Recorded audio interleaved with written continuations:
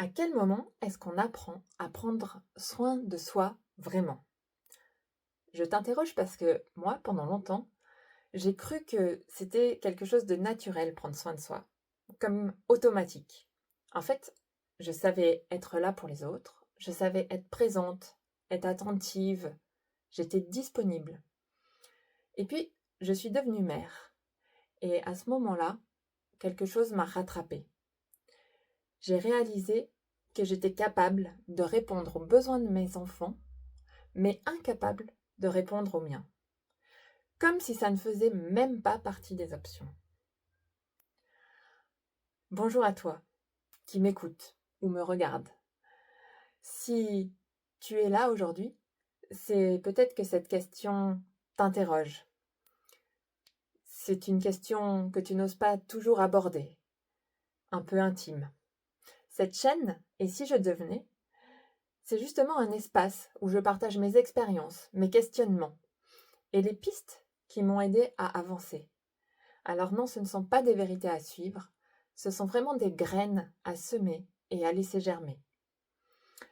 Ici, on parle de maternité, de choix de vie, d'écologie intérieure, de ce que ça fait d'être femme aujourd'hui. Alors si ce que tu entends résonne, je t'invite vraiment à réagir et à déposer ton vécu. Parce que se raconter, parfois, c'est déjà commencer à se réparer. Alors, cette question de comment être ma propre mère, c'est une question qui est venue à moi il y a quelque temps. En fait, j'ai réalisé finalement avec le temps que c'est en devenant mère que j'ai pu prendre conscience de cela. Alors c'était peut-être un peu tard et c'est pour ça qu'aujourd'hui j'ouvre le sujet. J'ai réalisé que je vivais vraiment un décalage entre la mère idéale que j'avais envie d'être et ce que je vivais au quotidien. J'arrivais vraiment pas à vivre tout ça comme je le voulais. Je me sentais dépassée et voilà, je sentais que je savais faire des choses, mais il y avait vraiment quelque chose qui était en décalage. J'ai réalisé progressivement que j'étais capable d'être disponible pour mes enfants, mais incapable d'être disponible pour moi-même. Et c'était ça qui est venu en décalage, qui m'a vraiment posé cette question. Comment être ma propre mère, une mère pour moi-même? Alors oui, ça vient en fait de certains schémas que j'ai intégrés. J'avais toujours l'envie de plaire aux autres, de répondre d'abord aux attentes des autres, en partie, comme je me suis construite, aux attentes de ma propre mère. J'avais vraiment envie de tout le temps lui plaire. Donc j'ai jamais vraiment écouté mes émotions et mes besoins. Ça, je vais pas te le cacher, ça, quand j'ai pris conscience de ça, ça a été dur à accepter. Ça m'a mise un peu en colère, un peu frustrée. Je vais t'expliquer un petit peu plus, dans des situations concrètes du quotidien, comment, ça se passait pour moi et comment je m'en suis rendu compte. En fait, quand mes enfants étaient petits, qu'ils avaient, voilà, qu'ils étaient encore bébés, entre 0 et 3 ans, dès qu'ils venaient me solliciter, beh, je me sentais de devoir être disponible immédiatement. Je répondais à leurs pleurs, à leurs besoins, à leurs câlins. Alors je prenais beaucoup dans mes ressources. J'avais cette posture vraiment rassurante, je savais comment faire. Je leur ai appris aussi à comprendre leurs émotions. Et puis, en lisant ces livres pour apprendre à comprendre leurs émotions, j'ai réalisé que pour moi-même, c'était même un petit peu difficile de savoir dire à quel moment je vivais de la colère, à quel moment je vivais de la joie, à quel moment je vivais de la tristesse. Je l'avais toujours un peu su, mais je m'étais jamais vraiment interrogée et j'avais jamais vraiment écouté. Donc c'est là que je m'en suis rendu compte. Puis il y avait d'autres moments où, dans la vie quotidienne, d'ailleurs c'est encore un peu le cas, mais j'ai avancé là-dessus, où j'avais vraiment des difficultés à savoir exprimer de quoi j'avais envie. Tout simplement, on se disait avec mon chéri, on va au resto, et là, c'était le moment de choisir. Alors c'était comme tu veux. J'étais incapable de dire j'ai envie d'un sushi, j'ai envie d'aller dans une crêperie. J'attendais vraiment de savoir ce que l'autre voulait en face de moi avant de me dire de quoi est-ce que moi j'ai vraiment envie. Donc je ne m'interrogeais pas et je ne l'exprimais pas.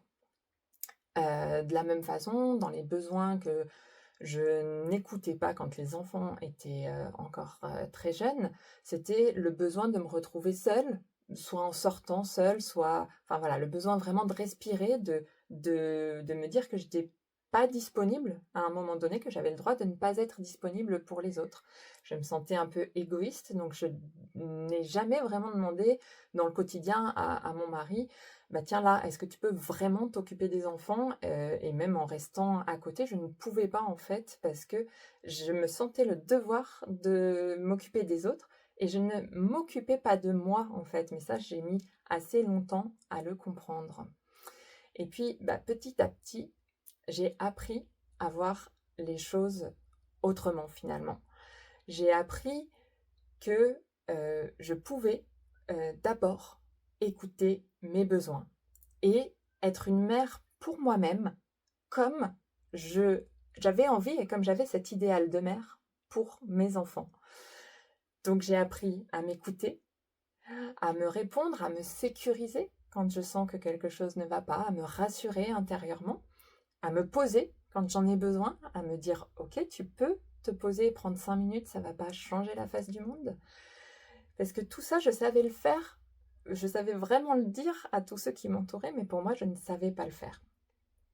Alors oui, tout ça, je l'avais intégré profondément, je l'ai reproduit aussi parce que de façon inconsciente, c'est des modèles que j'ai vus autour de moi. Je sais, dans mes figures parentales qu'il y avait aussi cette éducation à devoir faire pour les autres, et en s'oubliant soi-même.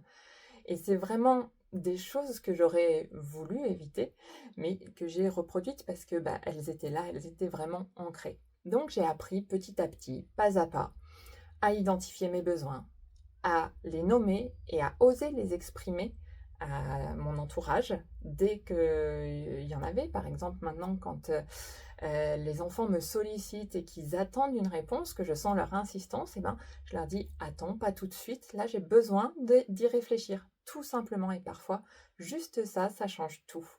Donc j'ai vraiment appris à me donner à moi-même ce que je donnais si facilement aux autres. En fait, si je te raconte ça, c'est parce que j'ai vraiment réalisé que je ne pouvais pas offrir de façon durable aux autres ce que je ne m'offre pas à moi-même dans la durée, clairement. Et ben ça ne tient pas. Alors aujourd'hui, je continue mon chemin avec ça. Je continue à évoluer, j'apprends petit à petit à être là pour moi, comme je peux l'être pour les autres encore. Et je me rends compte que ce n'est pas quelque chose qu'on nous a appris vraiment. En tout cas, moi, je ne l'ai pas appris dans mon environnement. Peut-être que toi, ça a été le cas. Mais pour moi, ça n'a pas été le cas. Je te pose la question, prends quelques instants pour te demander, est-ce que toi, tu sais être là pour toi comme tu sais l'être pour les autres? Aussi attentive, de bons conseils? Ou est-ce que, comme moi, tu as un petit peu appris à t'oublier sans t'en rendre compte? Alors, il n'y a aucune bonne ou mauvaise réponse. L'idée, c'est vraiment de t'inviter à faire le point sur là où tu en es. Si tout ce que tu as entendu t'a parlé, si tu as envie de partager ces réponses qui te viennent, eh bien, je t'invite vraiment à le déposer parce que ça va enrichir l'échange. Ça peut ouvrir des portes à d'autres aussi. On se sent souvent moins seul quand quelqu'un met des mots sur ce qu'on vit. Puis si tu as envie de continuer à explorer toutes ces questions autour de la maternité, le fait d'être mère, de s'écouter, d'apprendre à s'écouter, je t'invite vraiment à t'abonner, à liker cette vidéo, à la partager si tu as pensé à quelqu'un. Et n'oublie pas, tu peux vraiment revisiter ton histoire, pas à pas, et encore maintenant.